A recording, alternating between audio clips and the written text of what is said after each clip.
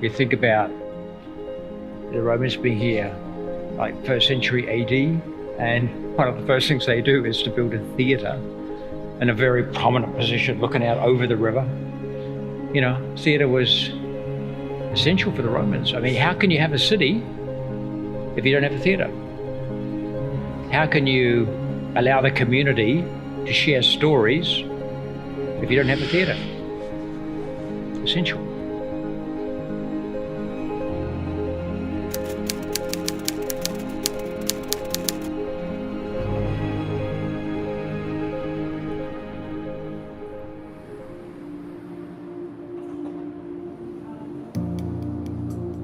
Job was an accident waiting to happen, more or less.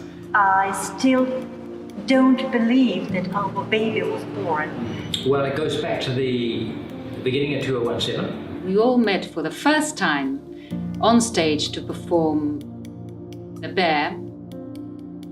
Tanya was looking for people, for actors. I was helping Tanya out with this, and I was producing the show, and she was directing it, and we got on really well.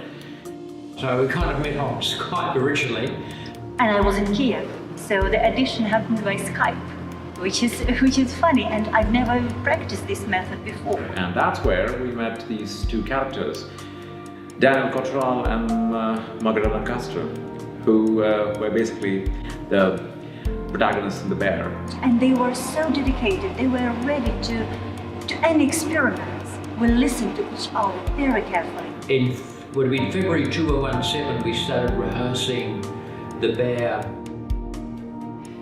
First you rehearse until you're perfect, and then you rehearse again. My co-lead, Margarita, she was fantastic.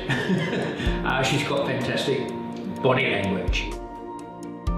There is just one man and there is just one woman, and they are in a very close environment by certain circumstances. But they're coming out of this environment completely different. Tanya is a great person, a great artist, and a great director. And to discover the Russian spirit and the Russian character was absolutely incredible. After we performed at the Lisbon Players, we thought that why not to play it for the other audience? Why not to play it in the other venue? It was so well received. And then I began to realize I was part of this WhatsApp group with 4 of us. And then Dan, being Dan, obviously likes to consolidate his winnings. He felt very good about what he had done, clearly.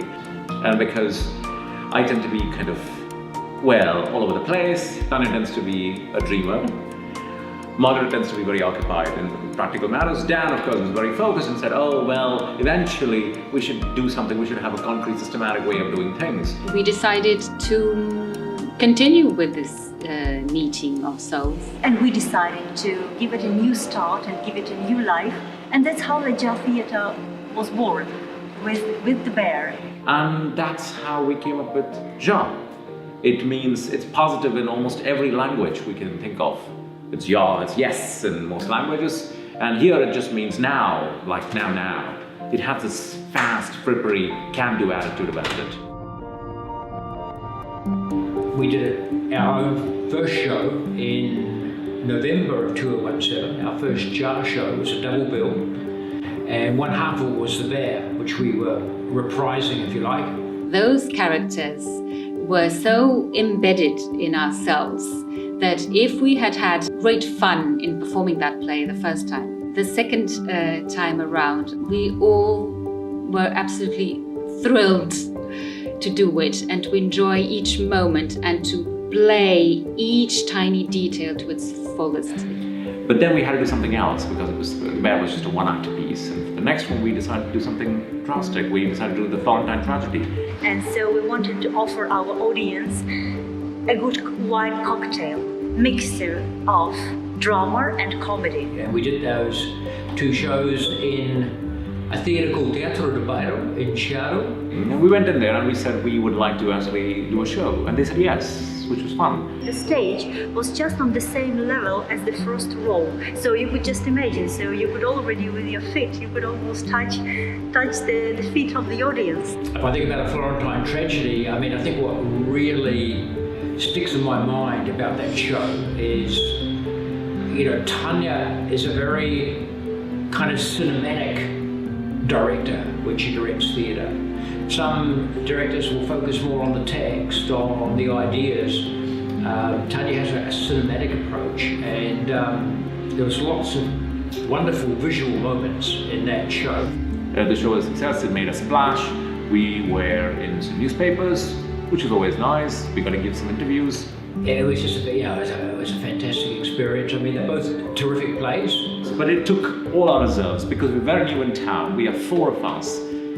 We got a crew, we got a cast, we got everybody chipping in who could help. And moving from one-act shows, we moved into stage readings and then into workshops. Now, stage readings are funny things, right? They have minimum sets, they have no set design, basically just a table and a chair sometimes. They have an actor, they have a script, and it's just the actor script.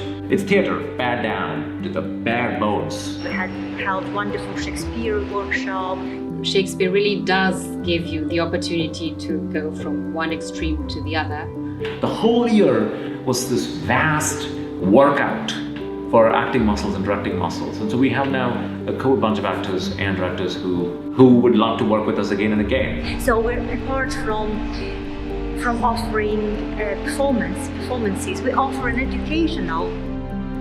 This is a big year for us now. This time we actually want to go all in, get the lights, get the sound, and try to see if we can do something radical with the lights and sound. Get the technology of theatre now to come in. Now that we've done a lot of wonderful stuff with the human element, well, get the infrastructure in. When we talk about art in general and the issue about funding, I always say the same thing. What would be of the world in general if the Medici didn't decide to support the great artists in Firenze at the time of the Renaissance? But it's really only Lisbon where you can do the kind of international theatre that we want to do in English language. But more importantly, a lot of people come here because this is a cool place where the pacing is just right for them to be able to develop an idea and then have the freedom to basically go and implement it. The sky is the limit, really. I think there is an audience here, there is an appetite here. I see it becoming also even more international and bringing all sorts of people with all sorts of backgrounds and all sorts of nationalities to Lisbon to work together.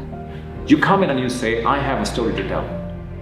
We'll give you a platform to tell you that story, but more importantly, if there's somebody else who's made music and is looking for a movement to tell a story, we'll put you two together. I think we can gradually become a